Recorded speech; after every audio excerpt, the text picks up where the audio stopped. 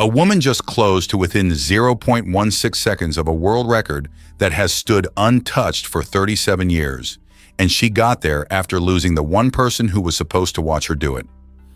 We will get to that number in a moment, but first, you need to understand everything Sha'Carri Richardson survived just to get to the starting line, because the speed is only half of this story.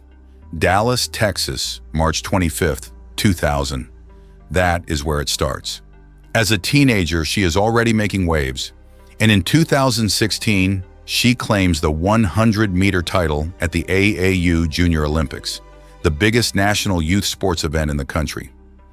The following year, she wins it again at the USATF Junior Olympics, and that same summer, she makes her international debut at the Pan American U20 Championships, teaming up with Gabrielle Cunningham, Rebecca Smith, and Tara Davis to bring home gold in the 4x100 relay. 2 junior Olympic titles and an international gold before she is even done with high school. This is not a slow build. This is a kid announcing herself early. But speed alone does not carry anyone through a career, and her first real test comes before she even leaves Dallas Carter High School. Her freshman year, a hamstring injury takes her out. The following year, she misses qualification entirely at Texas Relays, and in her own words, standing right there on the track after finally breaking through again, she says she used that misfortune as fuel, that all of it led directly to her victory. She tells the reporter flat out, "Look out, because she is coming, and she is not going to stop until she gets where she wants to be."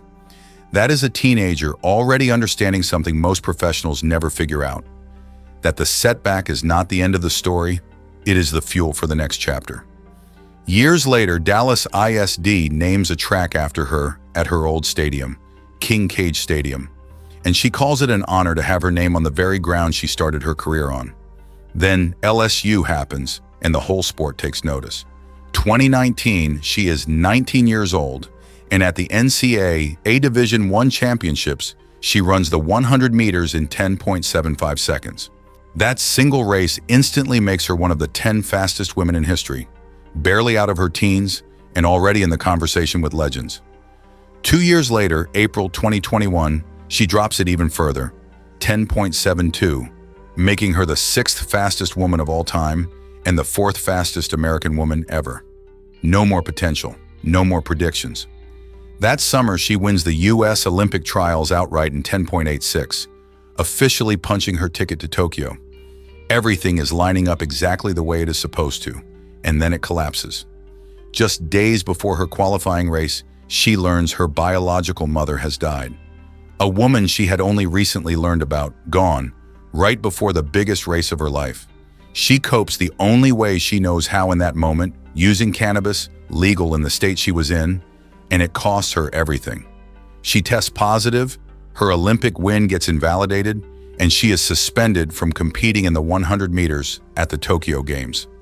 This is the moment everybody assumed would define her, the moment that was supposed to break her. And here is what actually happened instead. She did not fight it. She did not make excuses. She accepted a 1-month suspension and voluntarily entered a counseling program. She faced it head-on, took full accountability, and never once played the victim. That decision right there, choosing accountability over excuses in the worst moment of her career, that is the real foundation of everything that came after. By July 2023, she is back, louder, faster, and more unapologetic than before. She blazes through the women's 100-meter final at USA Outdoor Championships, and then on June 21st at the World Athletics Championships in Budapest, she stuns the entire sport. Gold in the 100 meters, 10.65 seconds. She does not just beat Shelly-Ann Fraser-Pryce and Elaine Thompson-Herah, 2 of the greatest sprinters to ever live, she blows past them. That single race turns her from a name people associated with controversy into an undeniable global force, the fastest woman alive. Now let's put that number in the context it actually deserves. 10.65. Florence Griffith Joyner's world record, set in 1988, sits at 10.49. Do the math. That is only 0.16 seconds separating Sha'Carri Richardson from a record that has survived every Olympic champion, every world champion, every legend who has tried to touch it for 37 straight years. Nobody currently competing is closer to that number than she is. People are already calling her the spiritual successor to FloJo. And honestly, once you put the numbers side by side, it stops sounding like hype and starts sounding like math. But this story does not move in a straight line, and the next chapter proves it.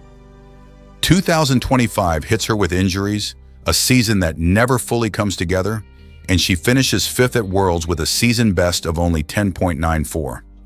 The doubters come right back out. Maybe 2023 was the peak. Maybe that was the ceiling all along.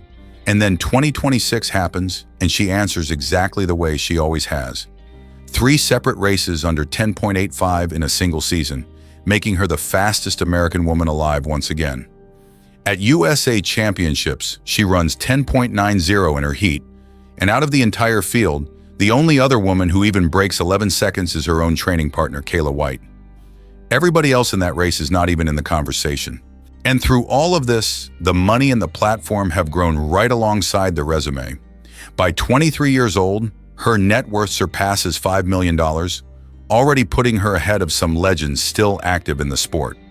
Nike, Beats by Dre, Apple Music, all lining up because they see her as more than a sprinter. They see her as a cultural force. Every custom spike, every hair color change, every set of nails, it is not just style, it is a statement, an athlete refusing to shrink herself to fit anyone else's idea of what a champion should look like. Off the track, she is a real person carrying real weight. She has spoken openly about a past relationship with fellow athlete Janique Brown, and she has owned her own role in how that relationship played out rather than hiding from it. She journals to process what she is feeling. She meditates to stay centered inside all the noise that comes with being one of the most watched athletes on the planet. And when she is not chasing world records, she still has a soft spot for pizza and fries. The kind of small human detail that reminds you there is a real person underneath all of this speed and spotlight.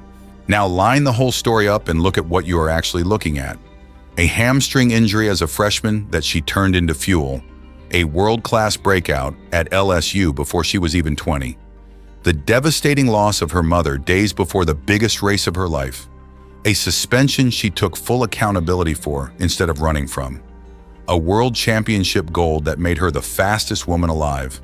A second collapse in 2025. And a second comeback in 2026 that put her right back on top, sitting closer to FloJo's untouchable record than anyone else breathing.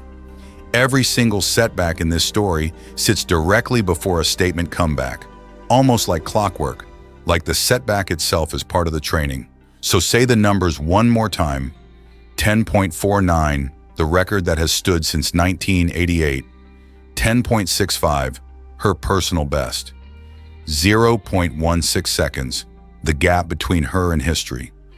After everything, the loss, the suspension, the injuries, the doubt that followed her every single time she stumbled, the only question left is whether Sha'Carri Richardson becomes the woman who finally takes that record down, or whether she settles into history as the closest anyone has ever gotten. Drop it in the comments right now. Every single comment gets read, and as always, fast is a lifestyle. And if you rock with what we're doing here, go ahead and like and subscribe. I'd greatly appreciate it.